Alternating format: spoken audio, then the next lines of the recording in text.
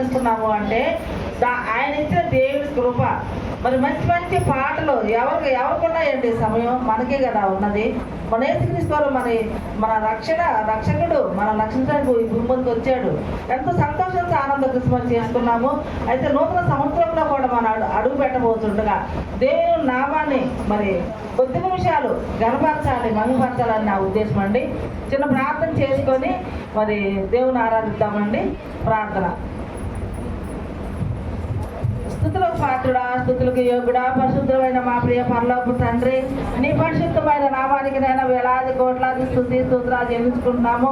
మా దేవ, మా తండ్రి, మా ప్రభు అయ్యా నాయన గడిచిన కాలం అంతా 2025 సంవత్సరంలో కూడా ప్రభా మరి ఈ సంఘంలో ప్రతి బిడ్డ కుటుంబాన్ని కూడా నాయన ఎన్నో నాయన తండ్రి మరి వాళ్ళ కుటుంబాల్లో మరి మంచి జరగవచ్చు, చెడు జరగవచ్చు, శ్రమలు రావచ్చు, కష్టాలు రావచ్చు ప్రభా. అయినప్పటికీ కూడా బిడ్డలు ఎంతగానో ప్రేమించి మీరు కాపాడే విధానాన్ని బట్టి వందనాలు తెలుసుకున్నాం. దేవానికి వందనాలు. రాత్రికాల సమయంలో నాయన ప్రభా నూతన సంవత్సరం అడుగు పెట్టబోతున్న వీళ్ళందరి కుటుంబాలు ఒకసారి మీరు జ్ఞాపకం చేసుకోండి నాయన. మరి ముఖ్యంగా నాయన పాస్టర్ గారిని, వారి కుటుంబాన్ని, బిడ్డల్ని జ్ఞాపకం చేసుకుని వారి కుటుంబాలు దీవించండి, ఆశీర్వదించండి నాయన.